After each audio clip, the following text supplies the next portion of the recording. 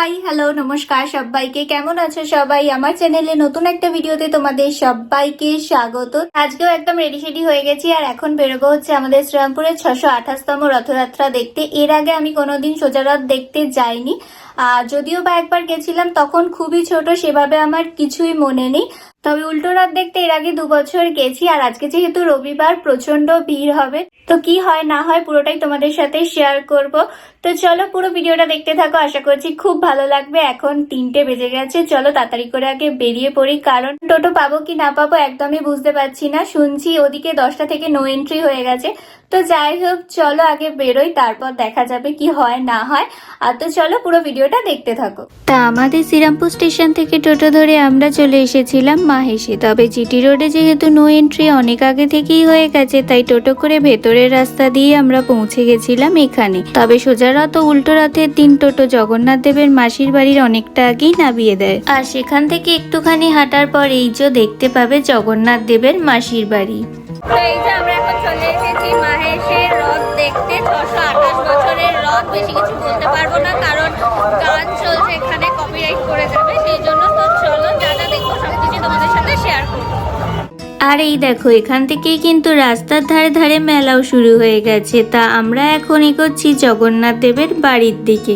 তবে এখন আমরা আর জগন্নাথ মন্দিরে যাব না, আমরা থাকবো মায়ের বান্ধবীর রিলেটিভের ফ্ল্যাটের ছাদে। আর এখানে আমি মাকে কিছু একটা বলছিলাম, তবে এত গান চলছিল এদিকে। যাই হোক, এদিকে দেখো হচ্ছিল গরম গরম জিলাপি, যেটা ছাড়া কিন্তু রথের মেলা একদমই অসম্পূর্ণ।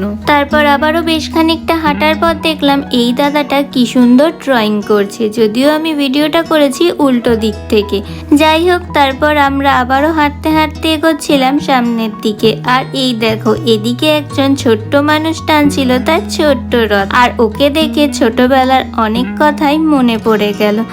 যাকে সেসব কথা বাদ দিয়ে এখন আমরা উঠে পড়েছি ফ্ল্যাটের ছাদে। তবে জানো তো, এই ফ্ল্যাটে না লিফটই ছিল না, তাই অনেক কষ্টে আমরা উঠেছিলাম ছাদে। তবে আমার আর ভাইয়ের সেরকম কিছু প্রবলেম না হলেও মা ও আন্টির উঠতে একটু প্রবলেম হয়েছিল। তবে ওই যে কথাতেই আছে না, কষ্ট করলে তবেই কেষ্ট মেলে। এত কষ্ট করে যে এতটা উঁচুতে উঠলাম, আর ওঠার পর চারিদিকের ভিউটা দেখতে দারুণ লাগছিল। আর এই দেখো, এদিকেই নতুন ফ্ল্যাটটায় প্ল্যাকেট লাগানো আছে 628তম ঐতিহ্যবাহী মাহেশ রথযাত্রা, যদিও এটা খুব একটা ভালো করে বোঝা যাচ্ছিল না। আর এই দেখো, প্রত্যেকটা ফ্ল্যাটের ছাদেই ছিল সিভিক ভলেন্টিয়ার। আমরা এখন চলে এসেছি মাহেশে, আর বাড়ি থেকে খুব তাড়াহুড়োর মধ্যে বেরিয়েছি, সেই জন্য আর বেরিয়ে ভিডিও করার একদম টাইম পাইনি।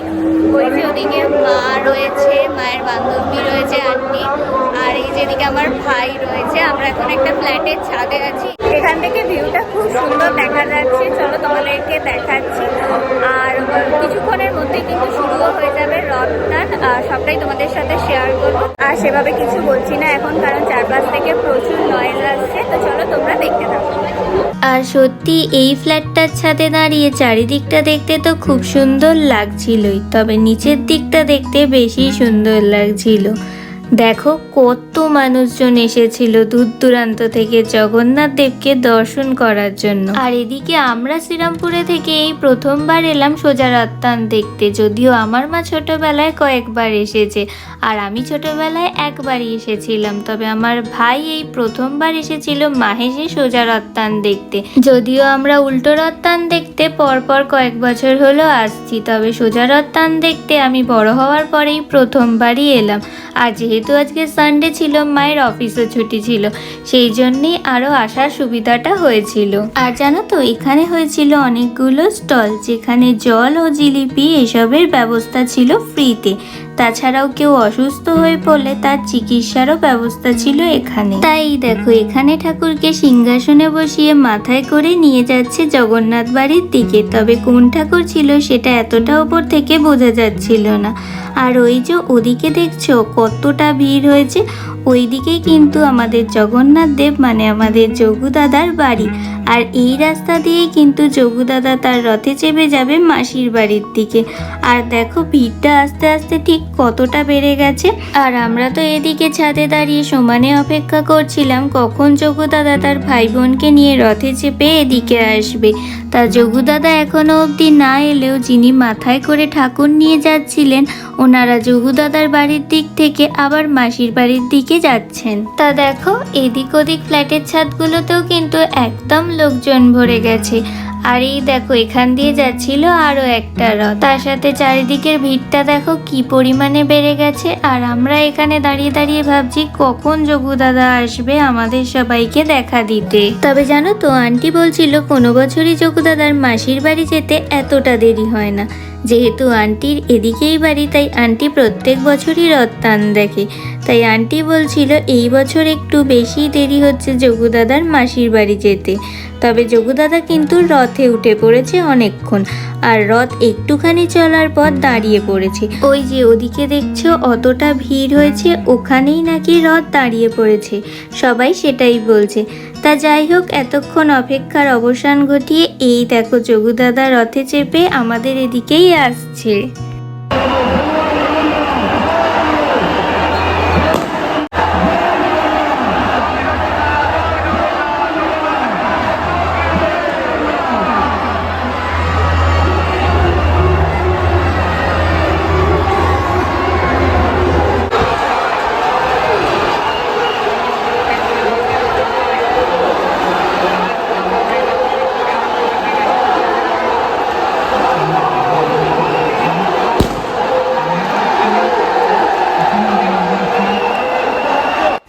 আর এই দেখো এখান থেকে কিন্তু যোগু দাদাকে কি সুন্দর দেখা যাচ্ছে।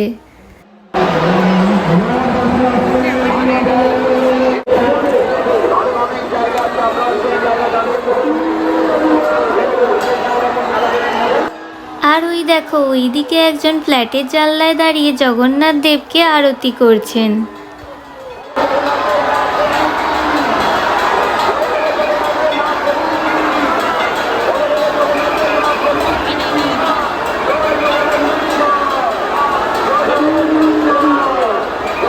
তো এই দেখো এবার যোগু দাদা রথে চেপে তার ভাই বোনকে নিয়ে এগোচ্ছে মাসির বাড়ির দিকে। আর জানো তো আমাদের এই মাহেশের রথ হলো দ্বিতীয় বৃহত্তম রথযাত্রা। সবাই বলেন পুরীর পরেই হলো আমাদের মাহেশের রথযাত্রা। তাই চারিদিকে ক্রাউডটা শুধু দেখো।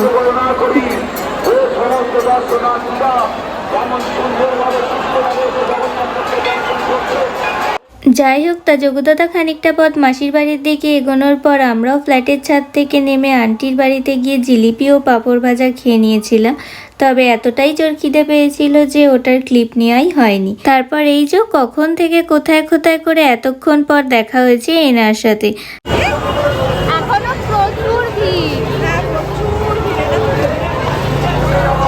তারপর দুজনে মিলে খানিকক্ষণ ঘুরে নিয়ে খাচ্ছিলাম একটু ফুচকা। ভালো করে ফুচকা খা, এদিকে তাকা, ফুচকাটা খা ভালো করে।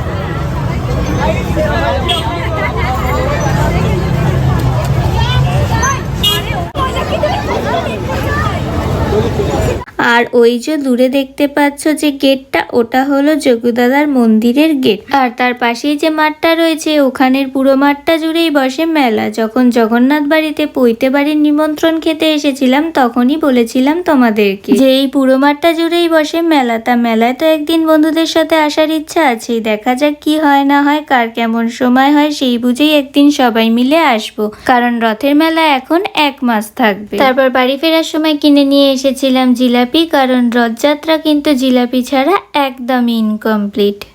শ্রীরামপুরের 628তম রথযাত্রা দেখে চলে এসেছি বাড়ি। আর আজকের দিনটা সত্যি দারুণ কাটলো। যোগু দাদার টানি বোধহয় এবছর গেলাম সোজা রথটান দেখতে। যাই হোক তো তোমাদের আমাদের শ্রীরামপুরের রথযাত্রা দেখতে কেমন লাগলো অবশ্যই জানিও। তা চলো আজকের মতো ভিডিওটা এখানেই এন্ড করি।